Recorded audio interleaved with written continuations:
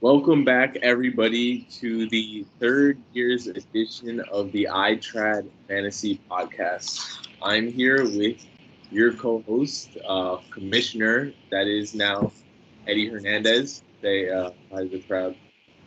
Thank you for having me. It's a pleasure to be back.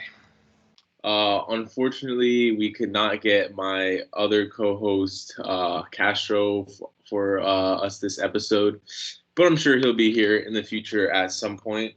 But just to start off, I want to say I'm happy to be back here. Fantasy season is almost upon us. We have 1 week exactly. Today is Sunday, so we have a Thursday matchup going on Thursday night between the Cowboys and Buccaneers. That's both teams got some fantasy value on there, so it'll definitely be an important game around the league. But we had our draft. When was it? About a week and a half ago? Yeah, week and a half, 2 weeks. Interesting draft. Let's just get right into it. So we saw in the first round, have it up here, we had 10 straight running backs go for the first 10 picks, and then Devontae Adams and Travis Kelce got taken after that. I had the 6th pick. You had what, 3? Yeah. Yep. And so we can get right into it with our first segment for biggest reach, and I'll let you start that one off. So yeah, my biggest reach actually comes in round 1. Not a huge thing here. It's not like it was a crazy reach out of nowhere. But at pick, I think 6 or 7, Wilson making his debut with the league, he decided to take Nick Chubb over Ezekiel Elliott, and I was really surprised to see Zeke fall as far as he did to pick 8. I think at Castro, he said the whole time he was going Kelce. I don't think he expected Zeke to be there that low. And it's not that Chubb is some bum by any stretch. It's just, in fantasy, those 3 down workhorse running backs, especially with the value in the receiving game, I personally would have went with Zeke. I think Chubb was a bit risky. We'll see if it pays off or not. Yeah, I agree, especially with Ezekiel Elliott pretty much has an uncontested backfield there. And Chubb splits time with Hunt a lot. Chubb doesn't really get – I think the most receptions Chubb had in a game last year was like 4 or something. Yeah. So not really there with the receiving upside. But I also passed on Zeke for personal reasons. I understand. But my biggest reach, also in the first round, I do not like the number 5 pick of Saquon Barkley over Aaron Jones and Ezekiel Elliott really at all. I do not think Saquon Barkley is going to be that good this year. Not that he isn't a good player, but I don't even know is he confirmed healthy for week 1? I think they're saying he's going to get some playing time, but my understanding is they're going to kind of ease him back into his usual. Yeah, it hasn't even been a year yet since he tore his ACL. So I don't like him coming off an injury. I don't like how the Giants have looked in preseason and training camp so far. I mean, they had an all-out team brawl happen where their franchise quarterback Jones at the bottom of it. Yeah, that's a disaster. Can you imagine like Tom Brady or Aaron Jones or Aaron Rodgers being at the bottom of a fucking that type of shit doesn't happen with good teams. Like what? That's Bush League. That's just unacceptable. And Daniel Jones, I'm very outright non-believer in Daniel Jones. I don't think he's good at all. I think the Giants' offense is going to be shitty this year, and I wouldn't want to be rooting for Saquon Barkley in the Giants' offense every Sunday as my RB1. Especially with safer options on the board, like Aaron Jones, you mentioned, Zeke, Chubb too, if we're talking about safety. Yeah. Also, one of my other reaches I had was Miles Sanders, taken in the 3rd round with the 4th pick in the 3rd round. I think there's a lot more value that could be had at that pick. Some other player, Robert Woods, went there. Even Clyde Edwards-Helaire. If you're gonna go running back there, I would have went Helaire with that. I think Monty went right after him. David Monty, right? Yeah, Monty went. Amari Cooper, George Kittle. Even though I'm not too high on Kittle this year, I would even went with Patrick Mahomes. over him. Sanders probably wasn't going to get touched until midway through the fourth round, if I had to guess. Reports have not been good on him either. Miles Sanders, I think I'm not wrong on this. Usually the only times he has good games is when he rips off that like 75-yard touchdown run. 100%. You have any more reaches? Yeah. So in round 5, I'm not a fan of Castro's pick of Javonte Williams. Williams, he's a rookie. He's coming in. He's getting a lot of praise, a lot of hype. But Melvin Gordon is still present in that backfield. And I don't think, unless an injury happens, I don't think he's just going to, fall off the face of the earth. And to take Williams in the 5th round, you're kind of expecting that RB2 production right off the bat. And, down the stretch, maybe the reins get passed. Maybe he gets more work down the stretch. But as of now, I think that's kind of a low upside play. I actually had another this might have been the absolute biggest reach in the entire. Actually, not. It definitely is, without a doubt. Michael Thomas in round 7 with the 7th pick by Wilson. Already confirmed Thomas is missing at minimum 6 games to start the season. Yeah, he's on the PUP or the IR, whatever. Yeah, it could be more than that. And at that pick, you see Antonio Brown went after that, Mostert, Samuel, Melvin Gordon, Michael Carter, Waddle, a lot more options that would be starting and giving you more points. Not to mention that the relationship with the Saints right now with Michael Thomas is not good. He could potentially hold out for a trade even when he's healthy, because I'm pretty sure he made it obvious he does not want to be a part of the Saints organization anymore. So seeing Wilson take Michael Thomas in the 7th round of the draft, he probably would have been there like in round 13. Like, who's touching him? I don't think anybody was touching him. Even when he does play too, it's no sure thing that he's out there breaking the receptions records again. Like, he's no proven connection with Jameis Winston. Drew Brees force-fed him the ball, and it's kind of just a big unknown. Yeah, when you think about it, he has not caught a single pass from Jameis Winston in the offseason. So that was a head scratcher, to say the least. Yeah, not a fan either. Do you have any more reaches or no? No, you nailed it. If I had to say the reach of the draft, I'd probably go with Miles Sanders. I was shocked when that pick went down. So moving on, we have best value pick in the draft. My best value pick of the draft comes in the 8th round with Kevin taking Jalen Hurts. I really like Hurts this year for fantasy. The past 3 years, the best QBs have never been the quarterbacks taken, never been the top 6 quarterbacks. Yeah, it's not the guys you think they're going to be. And something that all these QBs, so it was Mahomes, then it was Lamar, then it was Josh Allen last year. Rushing upside and offensive upside with new weapons. Yeah.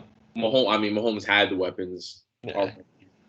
But they got Devonta Smith in the draft. I think Hurts played good last year when nothing crazy, but he showed he definitely has upside in the offense. So I think that was a really good pick. I think Hurts, quote me on this, I think Hurts would be top 3 quarterback at the end of the year for fantasy. That's bold. I could see it, yeah. Hurts at that value of the 8th round, it's low risk, and the sky's the limit for him with that rushing upside. So my best value is actually also to Kevin. In round 2, I love the pick of Antonio Gibson. To see him go in the 2nd round, I think he definitely has top 10, if not top 5 upside in that offense. The praise for him out of training camp is huge. They're saying they're going to use him like CMC. And severely dictate. Just force him the ball. Their line isn't bad. Fitzpatrick in town, that's more competent quarterback play.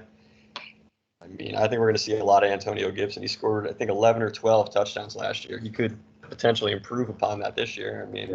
Who knows? Huge upside.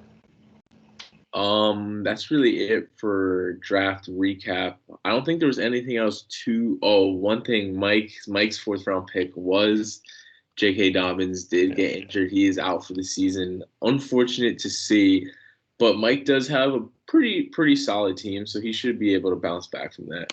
Yeah. going on, we have power rankings. Now, you already posted your power rankings. Yeah, I could just kind of recap as we go along. Yeah, if you go through the picks, but I'll start off with I think is the worst team right now. I have the New Jersey Sopranos. I'm not too a big believer in what Guy has going on right now. Let me just pull up his team real quick before I get to talking about it. Yeah, I'm gonna pull up the rosters too. So, QB Patrick Mahomes. Obviously, Mahomes is going to be good, but I don't think he's going to be the Mahomes. I mean, Mahomes threw for 50 touchdowns his rookie 2018. season, and I'm pretty sure it's been going down ever since then. Yeah. I don't think he was really worthy of the third round pick. I think you could have gotten better value there. Probably did it because he had Kelsey, so he wanted to get him before anyone else. Yeah. Going into week one, though, Jonathan Taylor, I can't say if I'm sure they're going to stray away from that running back committee. They use Naeem Hines a lot. Marlon Mack is back. So I don't think Jonathan Taylor off the bat is going to be a great RB1. I think he'll be good, though, as we go farther into the season.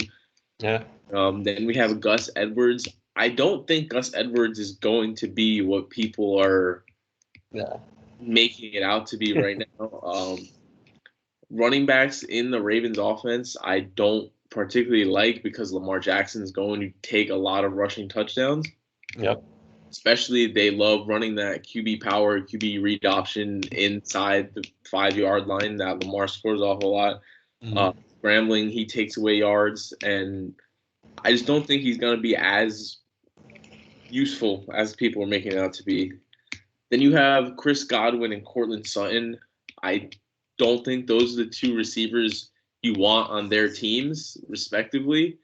I think Judy and Evans are the better options. I mean, Travis Kelce is the best tight end in fantasy, so he's got there. Then he has Michael Gallup, who's probably the wide receiver 3 on his team. Then if you look at his bench, too, Jamar Chase, I don't know. Melvin Gordon, Michael Carter, rookie on the Jets, though. Evan Ingram, Philip Lindsay, Nelson Aguilar. Just really not a fan of this team, really, at all. I don't think this team is good outside of his QB tight end stack. Yeah, I'm right there with you. I agree. A lot of he had better options to take at his pick. He had 2 picks in a row, and he took Kelsey and Jonathan Taylor. He could have had Tyreek and Antonio Gibson. That's probably what I would have. Yeah. The fact that I don't like Taylor over Gibson. I think he should. Yep. Right there with you. That's my number 11 spot. Yeah, so if you read the power rankings, you already know my number 11 as it stands today is Castro with Masanaki. I have his lineup pulled up. Nike, that's how you say it? Masanaki. So, I mean, quarterback, that's the easiest thing to poke at. It was, I think, Jimmy Garoppolo at one point. Now we have Ryan Fitzpatrick. I mean, season-long outlook, I'm sure Castro hopes that Trey Lance is what people think he could be. Potential top 10 play with his rushing upside. I mean, that's a great offense to be a part of. But, I mean, who knows how long it's going to take for him to actually see the field. That's a huge risk. Ezekiel Elliott, that's bona fide RB1 to get him at pick 8. That was tremendous value. I already spoke about Javonte Williams a little bit, though. I think it's going to take some time before we really see him, I don't know, get that round 5 draft gap. I mean, I don't know if that's going to pay off right away. DeAndre and Mike Evans, obviously Hopkins, he's a stud, wide receiver 1. Murray loves throwing him the ball, but I did speak about Evans in my rankings, and I think he's just a huge risk at that wide receiver 2. You've had him in the past, right? Yeah. Yeah, I mean, he has those weeks where he gets those touchdowns and the volume, but then there's those weeks he only gets like 1 or 2 catches. For him, he needs to score touchdowns in order for I mean, there's games where he goes like 2 catches for 7 yards, 2 touchdowns. So true. They do love force feeding him in the red zone, but that's just too big of a risk for my liking. Castro's actually my number 10 team, too. You got him right there. So, yeah, we're probably going to talk about a lot of the same things. Yeah, Fitzpatrick and big question mark at QB. I do like his wide receiver one and his RB1. Yeah, George Kittle, I'm not sure round 3, I probably would have passed that. right now. Yeah, wasn't a bad spot to take him. And then looking at his bench, I mean, upside plays, Marquez Callaway, who knows? They don't really have anyone else to throw the ball to. As long as Michael Thomas is down, he could be a sneaky flex play at some point. And same goes for Terrace Marshall, the rookie from Carolina. A lot of raving about him coming out of training camp. There's a lot of mouths to feed in that offense, but who knows? Definitely some upside on the bench. Who'd you have at your number 10? Number 10, I actually have You Wish, so that's Wilson. Looking at his team right now, it's changed a little bit since I ranked it, or maybe he just moved Swift and Edmonds from flex and RB2. Having 2 Lions, that's probably my biggest knock on this team, especially with Swift being banged up. I don't think he's going to be ready for week 1. But I mean, even when he is healthy, having him and Hawkinson, what is the ceiling for those 2 guys? I don't think that team's going to be scoring a lot of points. I don't know. That has me worried. His receivers are really good with Calvin Ridley and Robert Woods. That's definitely the strength of his team. RB2, Chase Edmonds, that guy has haunted me for years. I don't see him with James Conner in town being that, workhorse running back. He'll be okay in the receiving game, but you get inside the red zone, it's either James Conner or Kyler Murray, so I don't see him scoring a ton of touchdowns.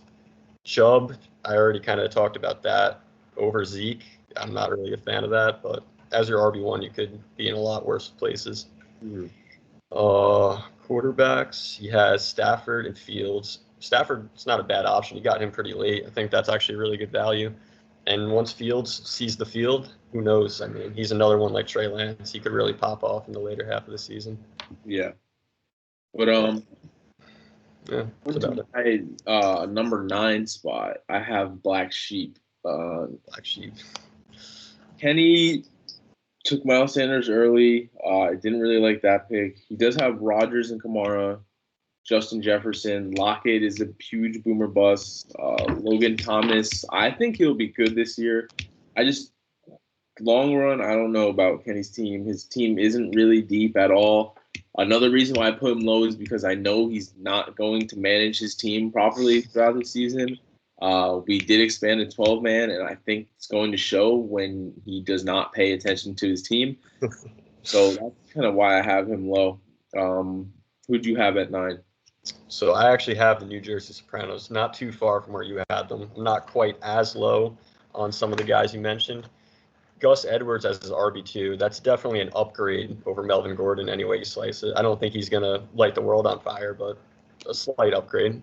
I'm sure he's happy about that. Mahomes and Kelsey, that's probably the most desirable stack other than maybe Mahomes and Hill. But having that tight end premium, that's a huge advantage over your opponents in the rest of the league. But then you look at his receivers, Godwin, Sutton, pretty much everything you mentioned. Those aren't the desired guys from those teams. And, Jonathan Taylor, who knows how they manage that backfield. So we pretty much agree. At number 8, I have another new member, You Wish, being Wilson. His team, a little bit spotty, but I think it has upside. Stafford, I think, will be good this year. Robert Woods, he's got that stack, so I think that'll definitely be a nice stack for him. Edmonds, I think will be good with the receiving upside he has. Like, I think he won't score like a lot of touchdowns, like you said, but Chubb is what's kind of like up in the air for me. Like, does have the best line right now in football. The receiving upside is not that much there, but as long as the Browns do what they're supposed to do and just give him the ball 20 times a game, it's gonna be okay. Yeah, it'd be fine.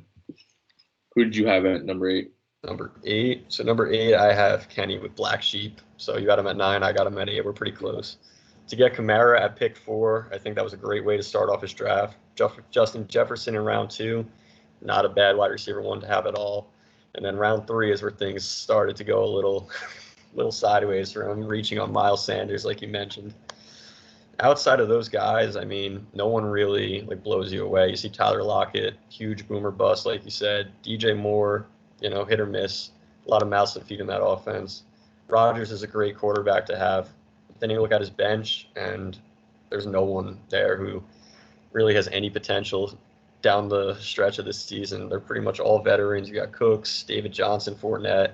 Outside of like a crazy injury happening, that bench is probably the worst in the league.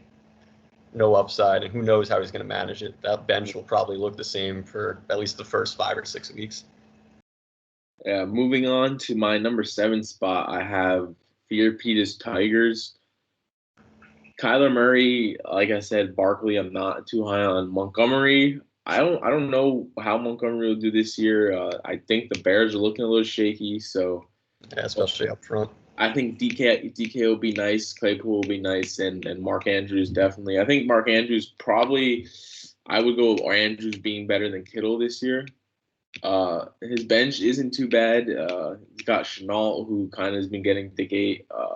Jarvis Landry, who you just got to start Landry at the right time, really, to get these. But he does have Sony Michel, who kind of just got the green light for some carries in that Rams offense. They just traded for him, so he's got to be getting some type of value over there. True. Who do you have at 7? So between, I'd say about like the 7 spot and the 3 spot, when I was doing these teams, like they're all very, very close. I just want to put that out there. There's no big divide between these teams. I mean, when you look at them in the preseason, there's no real injuries. You don't really know what the outlook on some of these guys in. So these rankings are really tight from like here on out. So at 7, I have the Diego Juniors, and this is a really good team when I look at it, but I just favor some of the other ones like that much more. Yeah. I look at, let's see, he's got Brady at quarterback. Not bad at all. He's still a QB1 at this point. Dalvin at pick 2. You know what you're getting from him. He's a stud. Josh Jacobs, this is probably the biggest reason I have him here. At RB2, I'm not a fan of Jacobs at all. You know he's getting no work in the receiving game. He wasn't before. They bring in Kenyon Drake to a big contract. He's going to come vulture up some touches from him. That's probably the biggest blemish on this team. That and Juju Smith at the flex. I'm not big on him this year either. His receivers, A.J. Brown and Allen Robinson, that's definitely the strength of his team, even over Cook, in my opinion. I think A.J. Brown's going to have a huge year. Allen Robinson, you know he's going to get force-fed the ball in that offense. Noah Fant, he's another one. The talent's there, but who knows how that volume's going to shake out with Bridgewater at quarterback.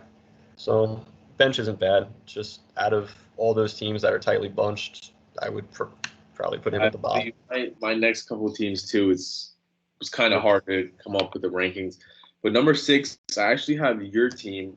Your team, to me, has a lot of upside, but it's just counting on that, you know. Yeah, is it going to hit? Josh Allen will be good. Derrick Henry will be good. Mixon, I don't know if he will be good or not. I mean, the backfield is his, so potential is there. CeeDee Lamb's been getting Dick heavily all Deontay Johnson, I mean, I'm not really a big believer in Big Ben, but I think in that offense he should get a lot of touches. Higbee, I don't know how he'll pan out. Judy should be good though. I think Judy will be good this year. Mm-hmm. And your bench is pretty good too. You got a lot of wide receiver depth, so. Yep. Coincidentally, I also have you at the 6th spot. Didn't plan for that, I promise. But I look at your team. I like it slightly more than Diego's. I really like the Dak and Cooper stack. Aaron Jones, he's an awesome RB1. He's really slept on. I mean, I know I hate on him all the time, but in fantasy, he's been a top 5 back the past 2 years. To get him at pick 6, you're doing pretty good. Myles Gaskin, kind of like Josh Jacobs, I'm not high on as an RB2. I'm worried about Malcolm Brown. I mean, he's very underwhelming, but they did bring him in to a decent contract. They still have Ahmed there. Salvin Ahmed, I think's his name. He got some work last year, so I don't think Gaskin's going to be a workhorse. I don't think he's built for that, but we'll see how he does. He could be okay in the PPR sense with some receptions. Adam Thielen, I'm also kind of down on him this year. He scored an insane 14 touchdowns last year. There's no way he's going to do that again. I think he's 30 or 31 now. Justin Jefferson's the new wide receiver 1 in town. He's going to be that way from start to finish, unlike last year. That's what I think I'm counting on, is Justin Jefferson gets that attention from defenses. Yeah, I can see that. Yeah, maybe Thielen gets a couple extra grabs that way, but definitely going to regress in touchdowns, I think. Darren Waller in round 2, I actually really like that pick. He's going to be a stud. He's the go-to guy in Vegas. Carr's going to force feed him. And I really like the upside with Devontae Smith, too. I think him and Hurts are going to form a pretty good connection, and he could easily catch 100 passes this year. A lot of good names on that bench, too. You already know who my favorite is, Mooney. I don't hate Kenyon Drake either. It's like an RB3 or 4. So my number 5 my number 5 ranking, I have Cardiac Kids. I think his team is good, but right now he's starting Baker Mayfield. When he has Herbert on the bench, he drafted Keenan Allen and Herbert to have that stack. And if he's not going to start him, maybe he's just gassing, but I don't know. He's not. That's the thing. I don't like Mike Davis too much. Yep, right there. Terry McLaurin, I don't really know how Ryan Fitzpatrick will pan out this year. So, well, I mean, it has to be better than the situation they had last year. So, true. Gesicki, I am a Dolphins fan, but I'm not really big on Gesicki in fantasy, just because Flores loves using like multiple tight ends in his, especially in the red zone. Darren Smite, right? Shaheen, who else they got? We just drafted one too, Hunter Long, guy from Boston College. Gesicki is really used in the red zone as a distraction, usually for the other tight ends. So, but I mean, he does have CMC. So as long as CMC stays healthy, he should return back to form. I'm also big on Keenan Allen. Mm-hmm. So I think Julian definitely has a top 5 team. Yeah, it's hard not to with CMC for sure. Damian Harris, too, just got his backfield pretty much cleared up. So yeah, that's huge for him. So at my number 5, he was Bad Vibes Forever. Now he's Waddle House with Nick. I'm a big fan of this team. I really think Lamar is going to kind of go back to that MVP form this year. Not that he wasn't last year. He took a minor step back. He was still a top 10 play. I like Najee Harris a lot. He's going to get plenty of work in that offense. Chris Carson, I'm not huge on, but as an RB2, he's usually a pretty good, like, under-the-radar play. Stephon Diggs, he has his lineup. There's some gaps there. Stephon Diggs, I'm guessing his second receiver will be T. Higgins, who I actually really like a lot. Clyde Edwards-Helaire in the 3rd round. I mean, you already know I'm big on Helaire after he burned me last year in the 1st round. I'm there on the talent and the opportunity. To get him in the 3rd round, that could pay off in a big way. Jalen Waddle, Antonio Brown, I'm a huge fan of those guys coming off the bench. They'll definitely see some action in the starting lineup. And Jonnu Smith as a tight end, he has, believe it or not, top 5 upside, I'm willing to say. I think with Mac Jones at quarterback, I don't care. They signed Hunter Henry. He's the better option. He's going to get plenty of work. My number 4 spot, I have the Kearney, I don't know how to Satriales. Kearney Satriales. Mike has the best wide receiver tandem in the league. He's got Devontae Adams and Tyreek Hill, who could, both of them are those guys that could put up 40 in a week easily. I'm sure there will be some weeks where they could fucking score like 90 points combined. Yep. And so that takes the pressure off his RB2 situation right now. Yeah, he's got Hines starting. He's got James Robinson. Tunyon, I don't know how I feel about Tunyon really this year, but Robbie Anderson, I feel like is going to be good. He's got his man Darnold back, so true. Mike's definitely got a solid team, top 4 team. His bench is pretty good. He's got DJ Chark. I think Tevin Coleman will have a little bit of a role in the early weeks as well. Definitely. Deebo Samuel, he should be good. Shanahan likes Samuel, so we'll see how that pans out. For sure. So at my number 4, I have Fear Pete's Tigers, actually. A little bit higher on him than you are. I'm a big fan of Kyler Murray this year. He has just as good a shot at finishing number 1 as Mahomes, Allen, anyone else, really. He gets a lot of work in the rushing game. They said they're not going to use him quite as much, but I don't really buy that. Saquon and David Monty as RB1 and 2. I think Saquon's probably going to get off to a fairly slow start to the season. They're going to kind of ease him back into his workload. But, I mean, down the stretch, he's right up there with anyone talent-wise. And once that opportunity comes, once he starts getting his 20 touches, I think that pick at pick 5 is going to really pay off. DK, definitely top 5 upside. He may have finished top 5 last year. I think they're going to kind of smooth out that Seattle offense a little bit. They kind of got figured out in the second half of last season, and that definitely hindered Wilson and Metcalf's production. I think it's going to be much more of a evened out thing this year, and the production is going to stay high. I'm not huge on Chase Claypool. Obviously, I'm higher on Johnson since I took him. He'll have his weeks. He scored 4 touchdowns in a random game last year. I definitely prefer him over Juju. I don't know how consistent he'll be. You mentioned before Mark Andrews. You're kind of high on him opposed to Kittle. I don't hate that take at all. I think Kittle's kind of hit or miss. Andrews could definitely finish top 5, maybe even over Kittle. And then other than that, looking at his bench, you mentioned Sony Michel. I think he must have drafted him when he was still with the Patriots, so his stock is definitely on the rise. Laviska Shenault, another one, he could definitely jump a tier or 2 when it's all said and done.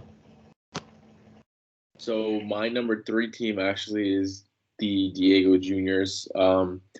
Brady on a loaded team with weapons. He should be scoring 3 touchdowns a game, throwing for 3 touchdowns a game. Dalvin Cook, obviously superior RB1. Jacobs, I think A.J. Brown will have a good year. Allen Robinson should have a good year. He should have a more consistent quarterback throwing to him now. So Schuster, I don't necessarily like, but he's got Henderson, James Conner, and Marquise Brown on the bench, which I think could all play in that flex spot. But Diego's team just seems pretty reliable to me. So that's why I have him top 3. Yeah, it's a good take. So at number 3, I have Love Hurts, the reigning champ, Kevin. I look at this lineup from top to bottom, and there's really not one position that I really hate. I love the upside with Jalen Hurts. That RB tandem of Eckler and Gibson, that can go right up against anyone's. Eckler in the PPR game, if he stays healthy all season, he could catch 100 passes. Gibson maybe scores 15 touchdowns, who knows. Julio and Cooper Kupp, both in better situations than they were last year. Julio's over in Tennessee. He's going to be getting a lot of one-on-one coverage. Cooper Kupp, he's got Matthew Stafford throwing to him now, so that's a huge upgrade. Kyle Pitts, I think he took him in round 5. I mean, the upside is there. Historically, rookie tight ends haven't performed as, fantasy tight end ones per se, but if anyone could do it, it's definitely Kyle Pitts. And then in his flex, right now he has Raheem Mostert. If he stays healthy, he's always produced. Like, he could be a legitimate RB2, pushing RB1 if he stays healthy. I know they took Trey Sermon, but in that San Fran offense, they want to run the ball. He could get plenty of work still. And then his bench, no one really blows you away on his bench. My favorite guy on his bench, probably Michael Pittman. He could definitely take the next step with Wentz throwing him the ball. Very well-rounded team. I actually have Love Hurts at number 2. I'm big on Hurts this year. I think Kevin has the best RB duo in the league with Eckler and Gibson. Pitts, though, I don't think he'll be that great in fantasy to start off.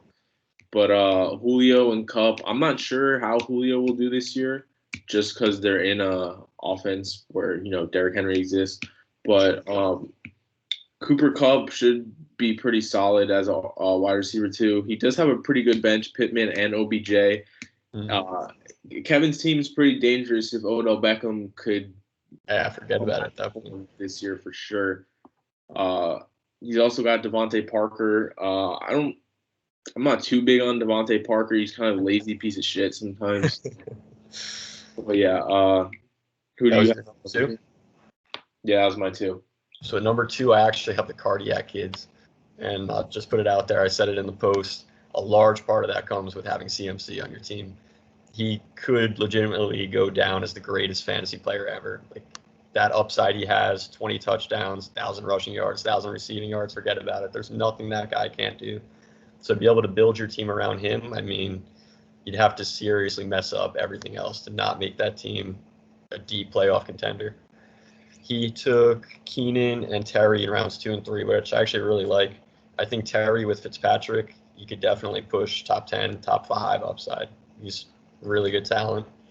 I love his flex with Brandon Ayuk in that San Francisco offense. I'm not as high on Deebo Samuel as I am Ayuk. He kind of took the reins last year with Kittle down, with Samuel down. I think he's going to pick up right where he left off. I'm not huge on Mike Davis as an RB2. To start off the year, yeah, sure, the volume's there on paper, that 3-down work. But when have we ever seen Mike Davis as a season-long starter? He had his flashes last year with Carolina, but a younger guy is probably going to take the reins down the stretch for him. Luckily for him, he has Damian Harris, whose stock is also on the rise with Cam Newton out of town. Newton was probably going to steal a lot of that. short yardage work, especially, inside the 10. That should pretty much all go to Harris now. So who knows what his upside is. I mean, Julian's biggest enemy is himself, starting Baker Mayfield. I don't know. It's known that I don't see it, but apparently this offense could be scoring 40 points a game, 30 points a game. I don't know what the exact quote he said was, but yeah, we'll have to see. The potential is definitely there, though. And my number one spot, I actually have Waddle House. I really like Nick's team. Lamar, Najee Harris, Chris Carson, solid RB2. He's got Diggs, who I think will have another good season. Then he's got Antonio Brown, Jalen Waddle, and T. Higgins on the bench. Elijah Moore also has been getting decade, so his team's pretty deep on the bench. Then Goddard should be seeing a more increased role this year. Zach Ertz is pretty washed, so should be Goddard time. And then he's got Hilaire at his flex, so he's got really his trio of running backs is really good. Always a pleasure if you got that third running back that you could actually start at your flex position when also have that wide receiver depth. But Nick has a solid team every year. So not really surprising he's this high, but it's always come down to playoffs for him. So we'll see. So my number one spot, I started working on these rankings like right after the draft. So obviously if I were to start a whole new rankings today, this would be different. Not much different, but as it stood, I have Mike with Kearney Satriales at number one. That, loss of J.K. Dobbins as an RB2, I was really high on him coming into this season. He averaged, I think, 6 yards a carry last year, something crazy, and scored double-digit touchdowns, I'm pretty sure. So, I mean, the upside was definitely there for him to improve upon that. It's a shame that he's gone now. But like you mentioned, hands down, the best wide receiver duo in the league with Devontae and Tyreek Hill. Either one of them could single-handedly win you a week. Having them together, I mean, that's a scary thing. We'll have to see how it plays out. But James Robinson is an RB1. I don't hate. He finished top 10 last year. ETN's gone. I mean, I don't think Carlos Hyde is really going to push for that many touches. He'll get somewhere. But he should be able to deliver top 10, play again. He traded me for Russell Wilson right after the draft. Personally, I'm kind of higher on Tannehill and that Titans offense. But to have both of them, you can kind of just play the matchup. That's a huge luxury. Like you mentioned, too, Robbie Anderson back with Sam Darnold. Anderson kind of surprised people. I think he came off waivers last year, put together a top 20 campaign. Should easily do that again. When you look at that bench, like you said, Tevin Coleman, he could definitely deliver early in the year. Deebo Samuel, not bad. Just a really well-rounded team. Looks different now with no Dobbins, but will definitely still be a contender. And that wraps up our power rankings. Moving on to the next segment, we have the game picks of the week. To start off, we have the New Jersey Sopranos versus Suck My Dicka. I think this one's going to Suck My Dicka. I had Guy's team ranked last on the power rankings. Just looking at the matchup, Gus Edwards, not sure how he'll do, but Patrick Mahomes and Kelsey should have a nice night, but I don't see anyone else on his team really balling out. I like your matchups better, to be honest. Jerry Jeudy versus the Giants, he should have a nice day. Henry should have a nice day. Josh Allen, I think, will also do pretty well. So, that's for me, an obvious pick since I had Guy ranked last on my power rankings. True. Hope you're right a little bit. Not as confident that will be the outcome. I'm not going to talk about it, but all right, do my game next then.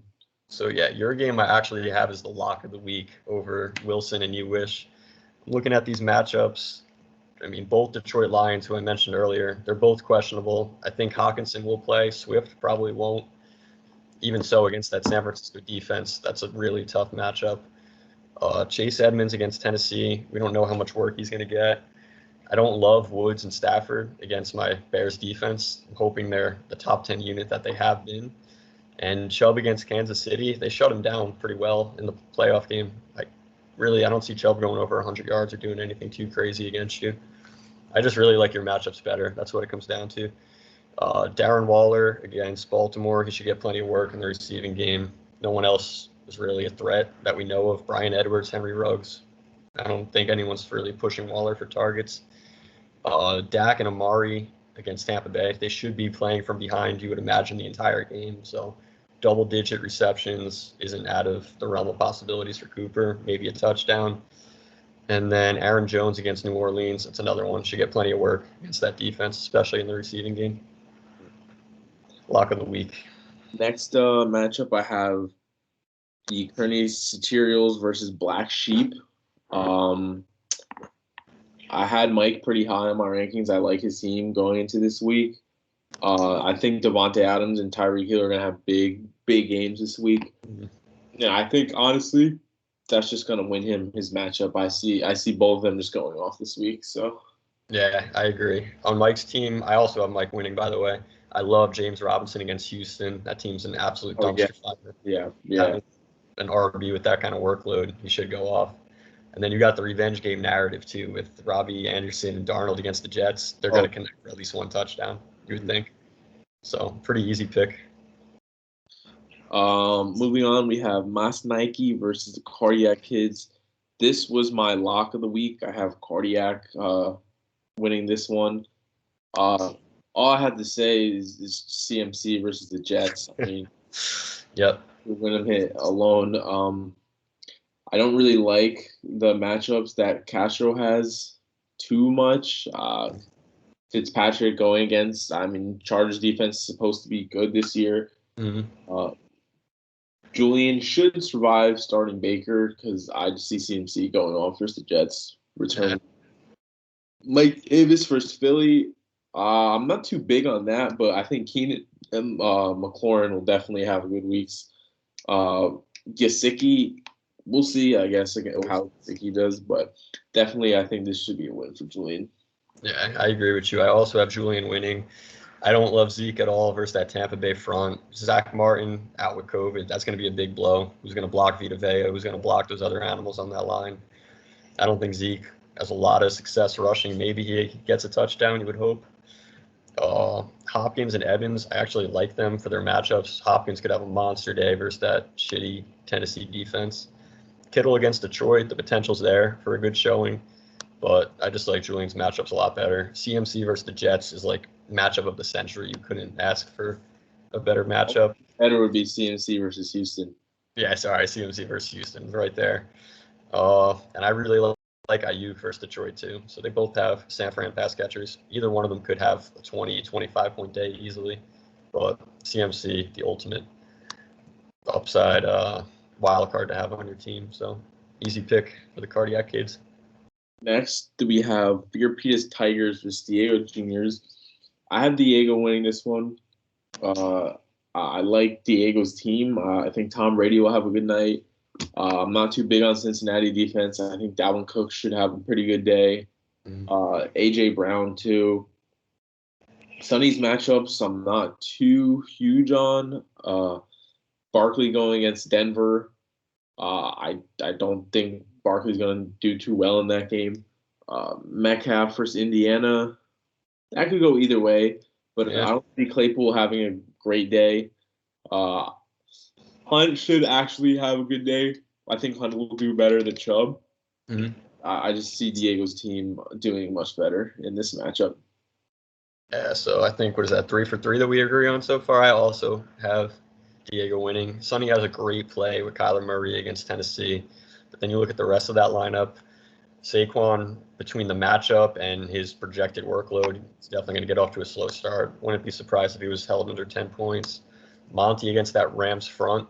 Bears offensive line, in case you didn't know, is complete shit right now. So I don't love him in that matchup. Metcalf could go either way, like you said. Maybe he puts up 20.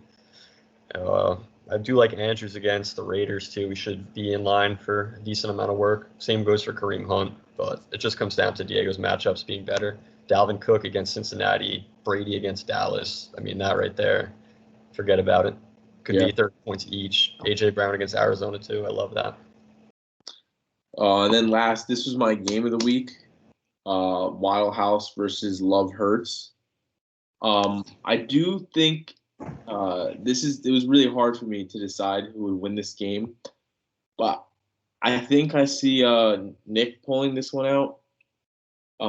Really, for me, coming down to the tight end matchup, I think Goddard should have a better day than Pitts.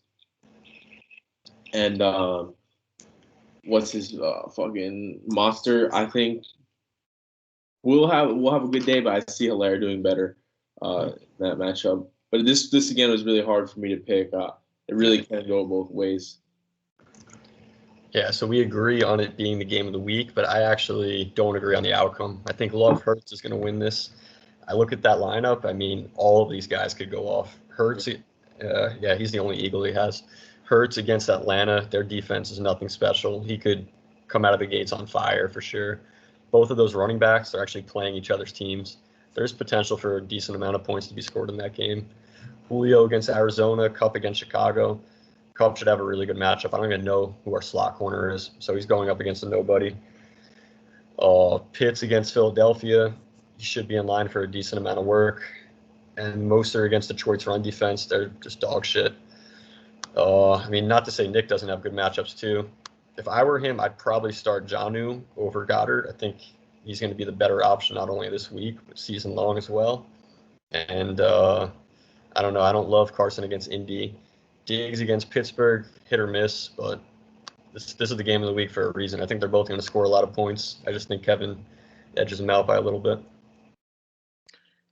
All right, well, that's all we have for today. Let's hope that we have a great week filled with no injuries. 7 hours of commercial-free football in exactly 1 week. Good to be back. Hopefully, we have some guests on the show next week. And that's it for today's episode. So we'll be signing off. From me, Justin, my co-host today, Commissioner Eddie, thank you for watching. Thank you for having me. Of course. Good luck to everybody. Good luck.